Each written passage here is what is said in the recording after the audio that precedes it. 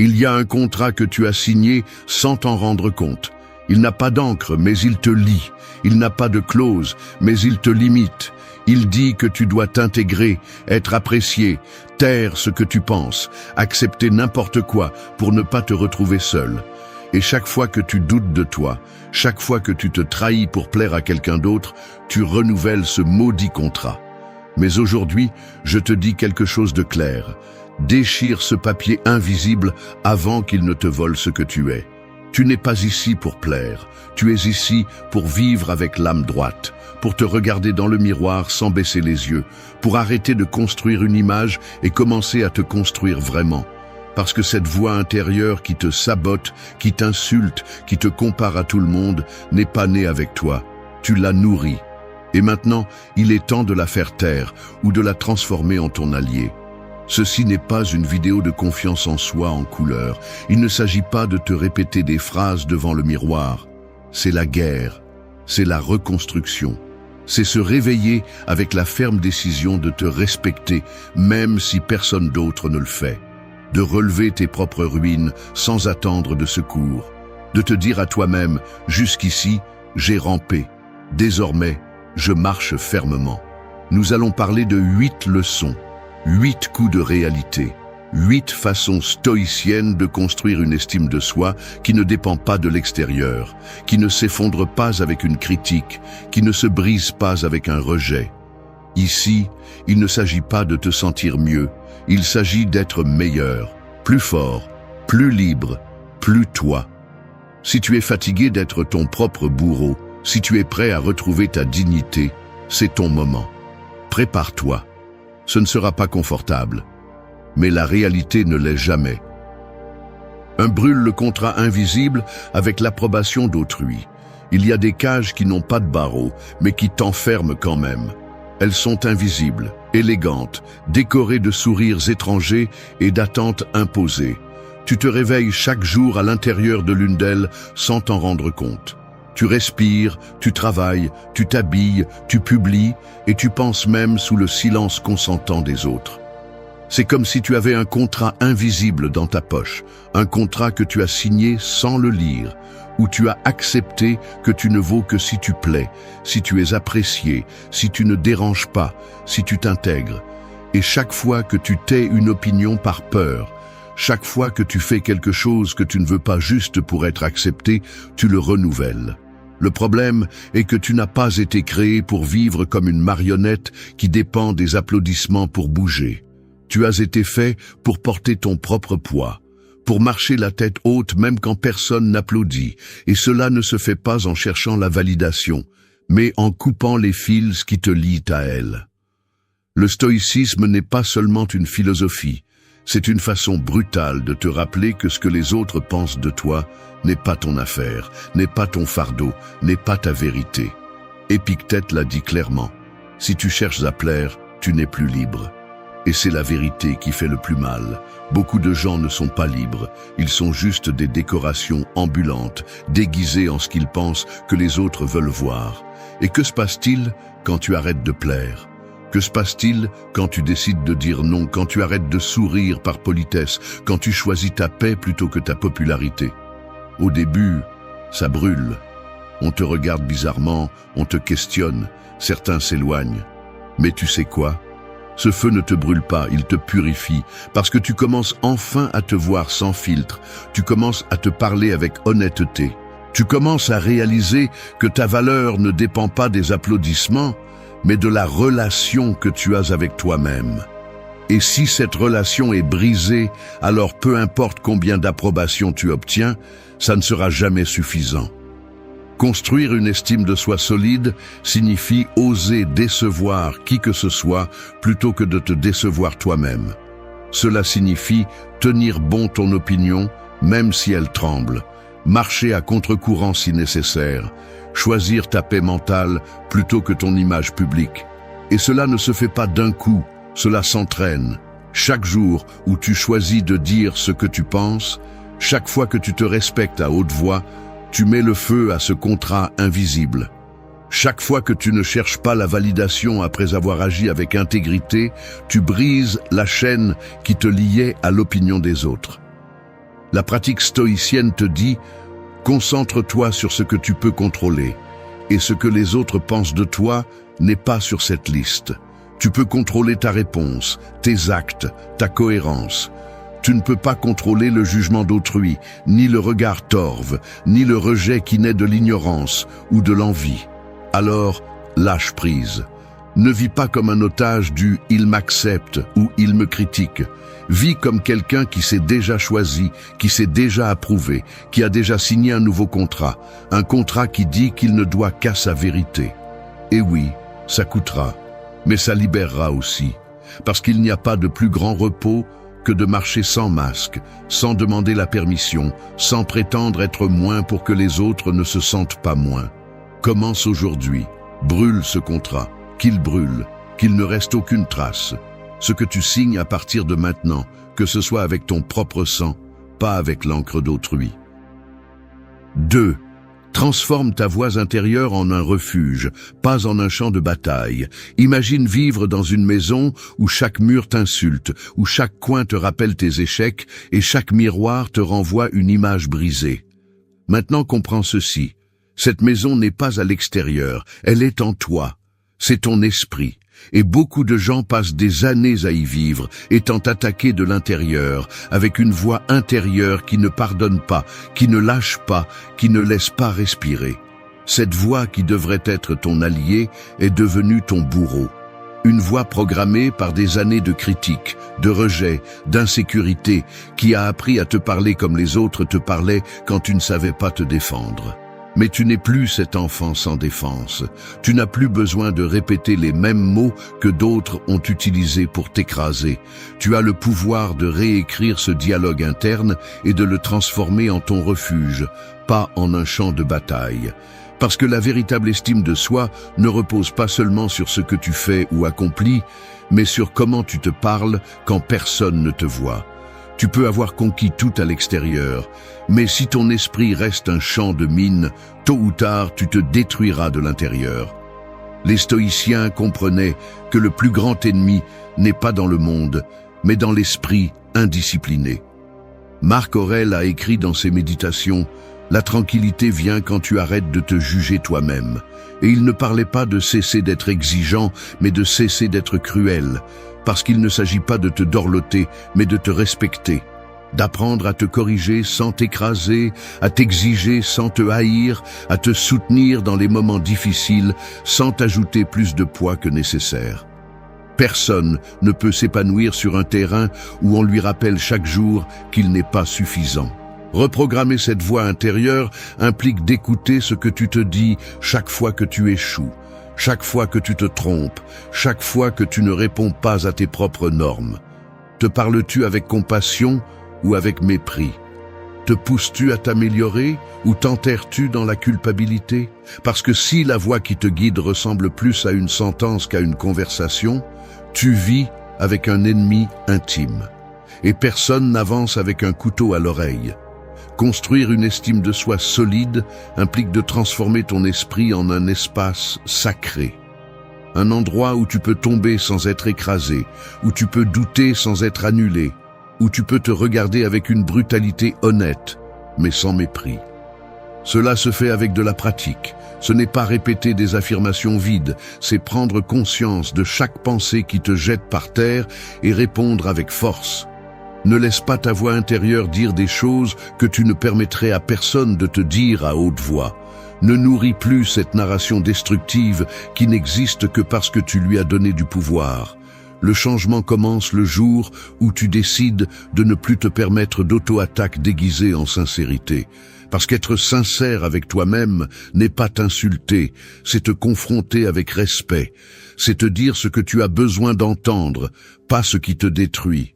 C'est construire un dialogue qui te pousse à grandir, pas à abandonner. Et cela, dans le stoïcisme, est une discipline. Pas une émotion passagère, mais un entraînement quotidien pour cultiver un esprit ferme, clair et juste. Commence aujourd'hui. Observe ce que tu te dis. Réponds comme tu répondrais à quelqu'un que tu aimes. Corrige ce que tu dois corriger, mais à partir d'un lieu de construction, pas de condamnation.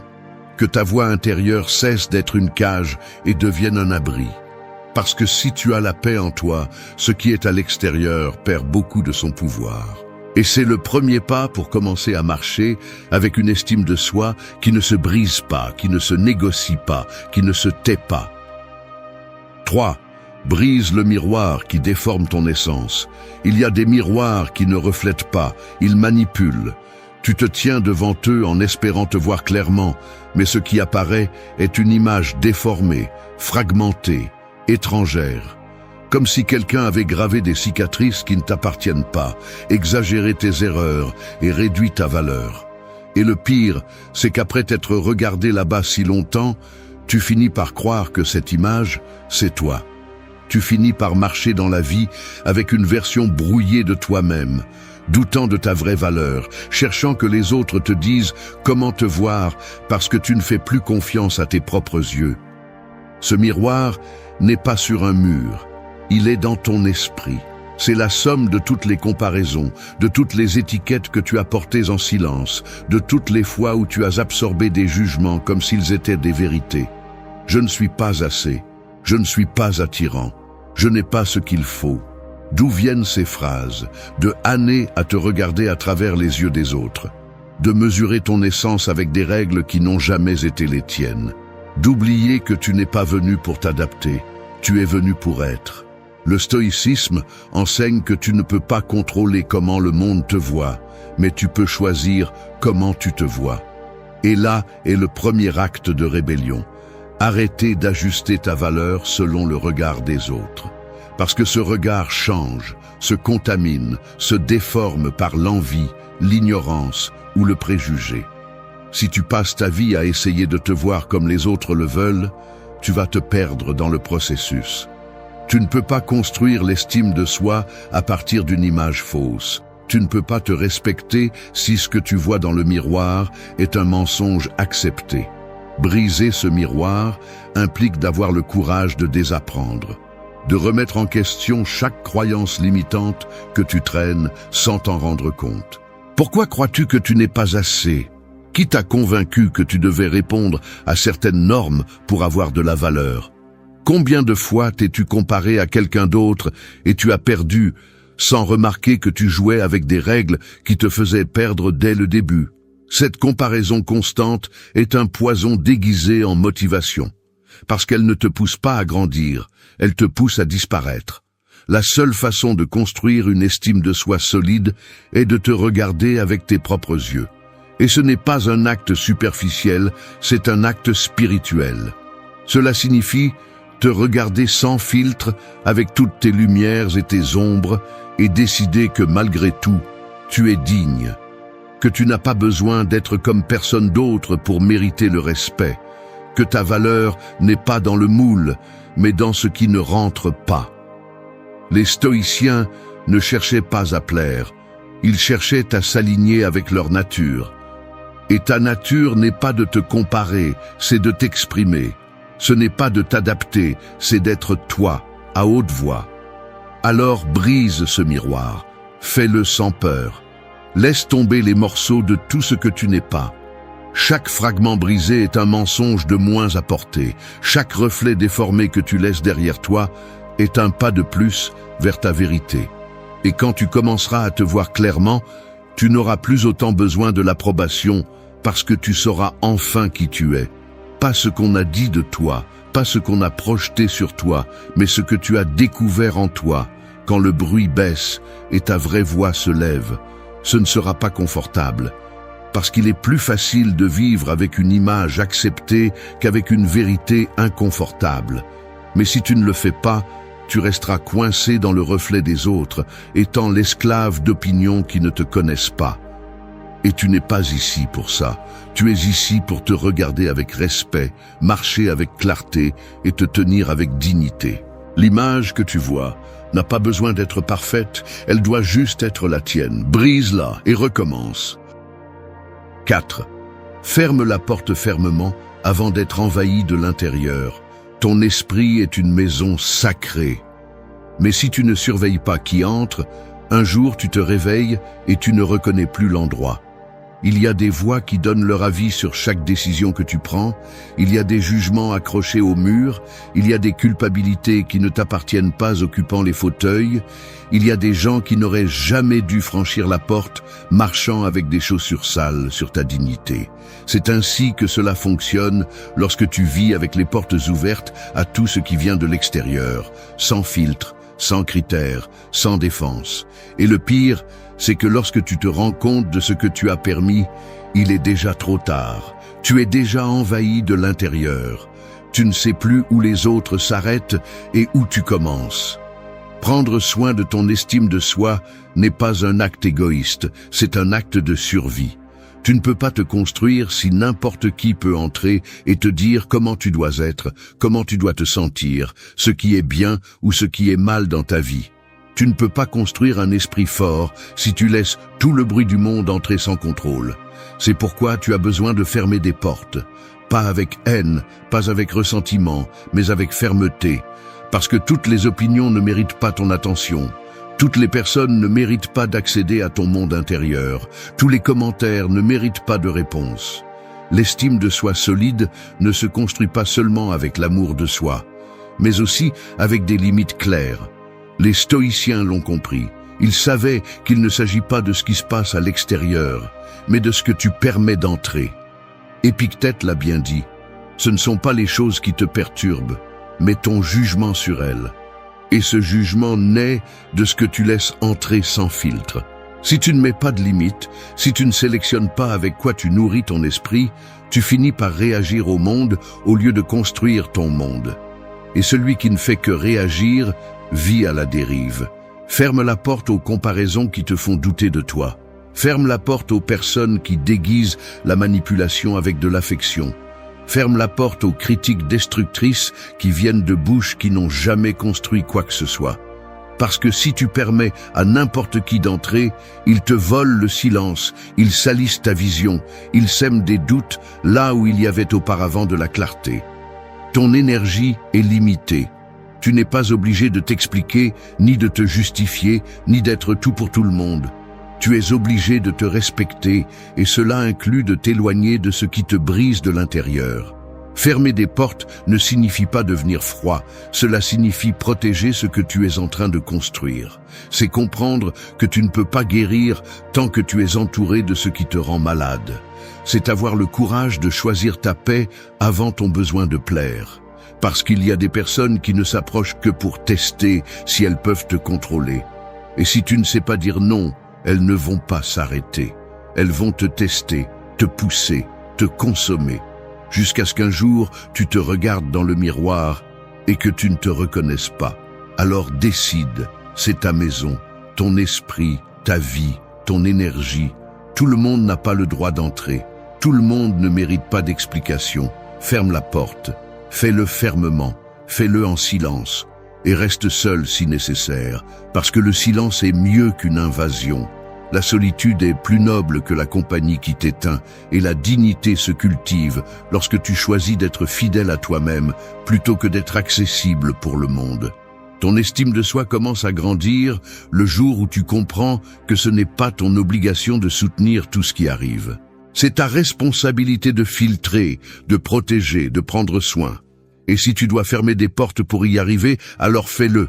Que le coup se fasse entendre, qu'il n'y ait aucun doute. Tu es aux commandes maintenant. 5. Ne donne plus de prolongation à ta dignité. La dignité est comme une plante oubliée dans un coin. Au début, elle a juste besoin d'eau, un peu d'attention, un peu de soin. Mais quand tu la laisses se dessécher encore et encore, quand tu l'ignores, quand tu passes à côté en faisant semblant de ne pas la voir, elle commence à se faner en silence. Et le pire, c'est que souvent tu sais qu'elle est en train de mourir, mais tu décides quand même de reporter les soins. Plus tard, je me respecterai. Demain, je dirai non. Un autre jour, je fixerai la limite. Tu repousses ta dignité vers l'avenir, comme si ça ne comptait pas qu'elle se décompose dans le présent. Comme si tu pouvais toujours lui donner une prolongation supplémentaire. Mais la vérité est celle-ci. Chaque fois que tu donnes une prolongation à ta dignité, tu donnes du pouvoir à ce qui te fait du mal. Chaque fois que tu restes là où tu n'es pas valorisé, où tu n'es pas respecté, où on te minimise, tu acceptes que tu mérites moins que ce que tu sais que tu vaux. Et c'est te trahir en toute conscience. Tu ne peux pas construire une estime de soi solide si ta dignité est en pause. Tu ne peux pas parler d'amour-propre si tu continues à supporter l'inacceptable. Parce qu'une chose est d'avoir de la patience, et une autre très différente est d'abandonner ta valeur au nom de l'espoir.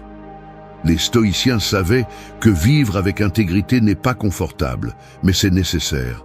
Sénèque a écrit que celui qui vit sans principe vit à la merci du vent. Et tu le sais, quand tu ne défends pas ta dignité, le vent t'emmène là où tu ne voulais pas être, il te pousse vers des relations qui te détruisent, vers des emplois qui t'éteignent, vers des environnements où tu fais semblant d'être moins pour ne pas déranger. Tu deviens un acteur de ta propre vie, répétant des scripts étrangers, espérant que quelque chose change sans faire ce qui doit être fait. Pas plus. Tu n'es plus ici pour continuer à repousser ce qui fait mal. La dignité ne se demande pas, elle se prend. Elle ne se supplie pas, elle se soutient. Elle ne se quémande pas, elle s'exerce. Si tu sais que quelque chose te retire la paix, agis. Si tu sais que quelqu'un franchit des limites, arrête-le. Si tu sais que quelque chose en toi crie pour du respect, écoute-le. Parce que si tu ne fais pas ce mouvement, personne d'autre ne le fera pour toi. Le respect commence par la façon dont tu te traites quand le monde te pousse à t'oublier. Et non, ce n'est pas facile. Dire stop fait peur. Parfois tu restes par habitude, par peur de la solitude, par peur de recommencer à zéro. Mais laisse-moi te dire quelque chose. Chaque jour que tu restes dans ce qui te fait mal, tu recommences à zéro de toute façon, mais en arrière. Tu reconstruis une version brisée de toi-même pour continuer à supporter ce que tu ne devrais pas supporter. Et cela, avec le temps, se transforme en ressentiment, en frustration, en colère contre toi-même pour ne pas t'être défendu quand c'était nécessaire. Alors fais-le aujourd'hui. Regarde ta vie avec une brutalité honnête. Demande-toi où tu as été trop compréhensif, trop tolérant, trop silencieux, et commence à fermer ces cycles sans culpabilité. Non par orgueil, mais par dignité. Parce que ton estime de soi ne grandira pas tant que tu continueras à vivre en contradiction. Et tu n'as pas besoin d'une grande scène pour fixer des limites. Parfois, une décision ferme suffit. Un retrait silencieux, un « jusqu'ici » qui ne sonne pas fort, mais qui se sent clair. Ta dignité ne peut plus attendre. Ne lui donne pas une autre prolongation. Ne lui donne pas une autre excuse. Parce que ce que tu repousses pourrit. Et tu n'es pas ici pour pourrir dans des relations brisées, dans des emplois qui t'épuisent, dans des environnements qui t'éteignent. Tu es ici pour fleurir, et cela commence par une décision. Te choisir. Aujourd'hui, sans plus attendre. 6. Arrose la graine de ta parole avec des actes quotidiens. Ta parole est une graine. Chaque fois que tu promets quelque chose, que tu dis que tu vas changer, que tu affirmes que cette fois sera différente, tu plantes une intention dans la terre. Mais l'intention seule ne suffit pas, parce qu'une graine qui n'est pas arrosée, qui n'est pas soignée, qui n'est pas respectée par des actes, finit par pourrir sous la terre de l'auto-tromperie. Et c'est ce que beaucoup de gens font avec leur estime de soi. Ils sèment de jolis mots qui ne fleurissent jamais, parce qu'ils arrosent le contraire avec leur comportement chaque jour. Il n'y a pas de moyen de te respecter si tes actes démentent ce que tu dis. Il n'y a pas de moyen de construire la confiance en soi si tu promets toujours de commencer, mais tu ne le fais jamais. Parce que le respect de soi ne naît pas des discours, il naît de l'accomplissement. Il naît de ce que tu fais quand personne ne te regarde, des fois où tu tiens tes promesses, même quand tu pourrais tricher. Des petites décisions quotidiennes qui renforcent ton identité et non ton confort. L'estime de soi n'est pas un discours, c'est une pratique. Et si tu ne la pratiques pas, tu la perds. Le stoïcisme l'a bien compris. Sénèque disait qu'il ne suffit pas de bien parler, il faut bien vivre. Et bien vivre implique la cohérence. Que ta parole ait du poids. Que quand tu dis « je ne suis pas comme ça », tes actes le confirment. que quand tu te promets du respect, tu fasses tout ton possible pour le tenir, que tu n'utilises pas ta bouche pour dire des choses que ton corps n'a pas l'intention de soutenir. Parce que chaque fois que tu romps une promesse avec toi-même, tu dis en silence que tu n'es pas digne de confiance, que tu ne mérites pas d'être pris au sérieux, même pas par toi-même. Et c'est l'une des failles les plus profondes de l'estime de soi, l'incohérence entre ce qui est dit et ce qui est fait. Tu n'as pas besoin d'être parfait, mais tu as besoin d'être constant. Tu n'as pas besoin de faire de grands changements d'un coup, mais tu as besoin d'avoir une direction claire. Parce que chaque jour est une occasion de renforcer ou d'affaiblir ton identité. Chaque décision ajoute ou soustrait. Chaque petit acte est un vote en faveur de qui tu essaies d'être ou une trahison silencieuse de ce que tu as dit vouloir construire. Alors, commence à arroser cette graine. Pas avec des promesses, mais avec de la discipline. Pas avec de bonnes intentions, mais avec des décisions fermes. Pas avec des autotromperies, mais avec des actions visibles. Lève-toi quand tu as dit que tu le ferais. Entraîne-toi quand tu n'en as pas envie. Dis non quand tu t'es promis de ne plus retomber. Ferme la bouche quand il est facile de se plaindre. C'est la forme la plus pure de respect. Parce que tu n'attends pas la motivation, tu agis à partir de l'engagement. Et c'est ce qui transforme. Ton estime de toi se renforce quand tu peux te regarder dans le miroir et avoir confiance en toi. Non pas parce que tu te dis de jolies choses, mais parce que tu sais que tu tiens ce que tu dis. Parce que tu n'as pas à t'expliquer ou à te justifier, tu vis simplement en cohérence. Et cela, bien que cela semble simple, est l'une des plus grandes formes de pouvoir. Être une personne qui se respecte tellement qu'elle ne se permet pas de rompre sa parole, qui se prend au sérieux non pas par ego, mais par dignité. Alors chaque jour, peu importe la petitesse de l'acte, choisis d'arroser ta parole, choisis de la soutenir, choisis de l'honorer. Parce que si tu ne respectes pas ce que tu dis, personne d'autre ne le fera. Et si tu ne fais pas le premier pas pour transformer ta voix en action, tu vivras piégé dans une terre stérile, pleine de promesses mortes et d'excuses sèches. Plante bien, arrose mieux, et fais fleurir une estime de soi qui ne dépend pas des mots, mais des actes. 7. Ose regarder le monstre sans baisser les yeux. Nous avons tous un monstre en nous, pas un avec des dents pointues ou des griffes visibles, mais un plus dangereux parce qu'il se cache derrière des excuses, des peurs, des blessures non résolues et des pensées que nous préférons éviter. Ce monstre ne crie pas, il murmure. Il n'attaque pas avec force, il vous affaiblit avec des doutes. Il vit dans l'ombre de vos insécurités, nourri par tout ce que vous n'osez pas affronter. Et plus vous l'ignorez, plus il grandit. Plus il prend le contrôle de votre vie, plus il dicte des décisions en silence. Le problème est que beaucoup préfèrent le maquiller, se distraire, le faire taire avec des plaisirs momentanés. Mais ignorer le monstre ne le fait pas disparaître, cela ne fait que le renforcer. Construire une estime de soi solide exige quelque chose que tout le monde n'est pas prêt à faire. Regarder le monstre en face sans baisser les yeux. Cela signifie observer vos peurs les plus profondes, vos erreurs les plus douloureuses, vos schémas destructeurs et reconnaître qu'ils sont là parce que vous, à un moment donné, les avez laissés entrer. Ce n'est pas pour vous blâmer, c'est pour vous responsabiliser. Parce que personne ne peut transformer ce qu'il n'accepte pas, personne ne peut guérir ce qu'il n'ose pas voir. Et l'estime de soi réelle naît de la vérité, pas du déni. Le stoïcisme enseigne à vivre avec l'ombre sans en avoir peur. Marc Aurèle a écrit que ce qui se met en travers de la route devient la route. Cela inclut vos échecs, vos parties brisées, vos pensées sombres.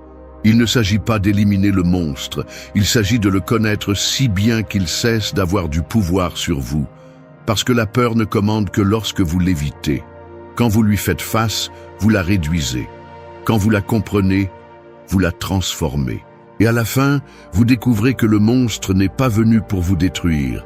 Il est venu pour vous montrer où vous manquez de force, de clarté et de courage. Regarder le monstre sans baisser les yeux, c'est arrêter de courir. C'est poser les questions inconfortables. Pourquoi est-ce que je me sabote chaque fois que je suis sur le point de réussir quelque chose ? Pourquoi est-ce que je permets des relations qui me détruisent? Pourquoi est-ce que j'ai tant de mal à dire ce que je ressens? Quelle partie de moi a si peur de briller, d'avancer, de dire « c'est moi » et en répondant, arrêtez de le maquiller avec des excuses. Parce que tant que vous continuerez à déguiser la blessure commande. Et il n'y a pas d'estime de soi qui puisse survivre sous la dictature de l'autotromperie. Ce moment où vous choisissez de regarder le monstre est un point de rupture. Ce ne sera pas agréable, ce ne sera pas beau, mais ce sera réel. Et dans la vérité, il y a du pouvoir, parce qu'à cet instant d'honnêteté brutale, vous réalisez que vous n'êtes pas votre peur, ni votre erreur, ni votre passé. Vous êtes celui qui décide quoi faire avec ça. Vous êtes celui qui a le pouvoir de changer le récit, de fermer des cycles, d'écrire une nouvelle histoire où le protagoniste ne se cache plus, il se tient fermement. Alors, faites-le. Asseyez-vous avec vous-même en silence, sans distraction, sans masque, sans fioriture. Regardez-vous en entier, avec tout ce que vous êtes, même ce que vous n'aimez pas. Acceptez votre obscurité, non pas comme une condamnation, mais comme un début. Parce que tant que vous fuyez, elle continuera à commander. Mais si vous lui faites face, si vous en prenez la responsabilité, si vous décidez de la transformer, alors vous construirez une estime de soi à l'épreuve des ombres. La liberté personnelle n'arrive pas quand tout va bien. Elle arrive quand vous pouvez être en paix, même avec ce qui n'est pas résolu. Et cela n'arrive que lorsque vous arrêtez de baisser les yeux, lorsque vous choisissez de voir tout ce qu'il y a en vous, pas seulement ce qui est beau. Osez regarder le monstre, et vous verrez qu'il n'était pas aussi grand que vous le pensiez. Il était simplement agrandi par votre silence. 8. Ferme le robinet des impulsions et ouvre le coffre du contrôle. Ton esprit est comme une maison avec des tuyaux vieux.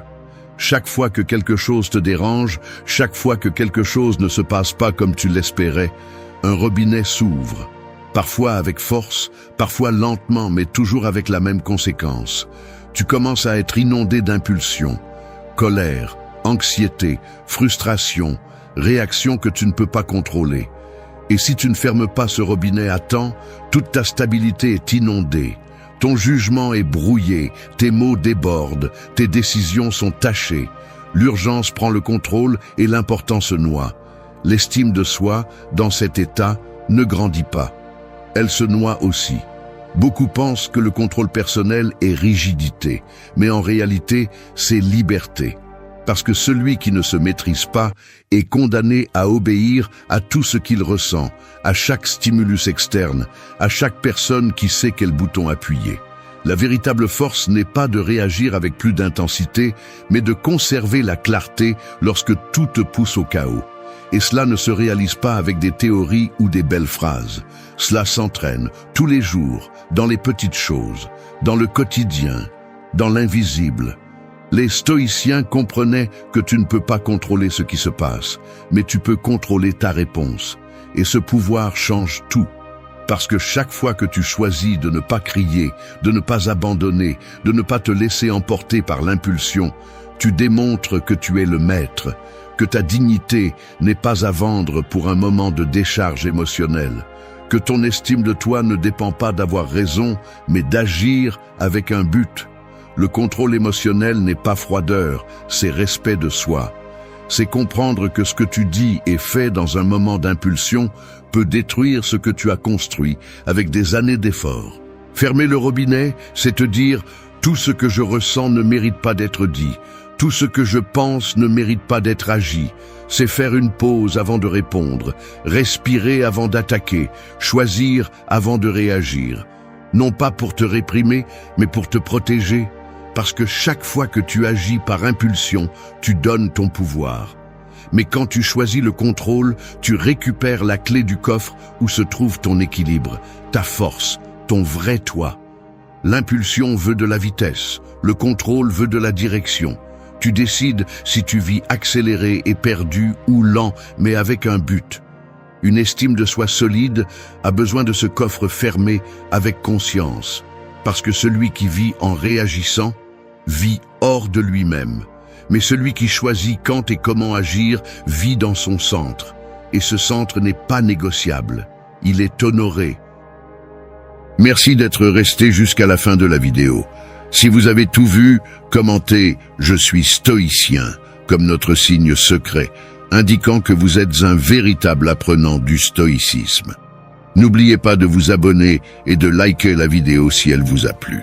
Rendez-vous dans la prochaine vidéo et rappelez-vous, continuez à cultiver votre esprit stoïque.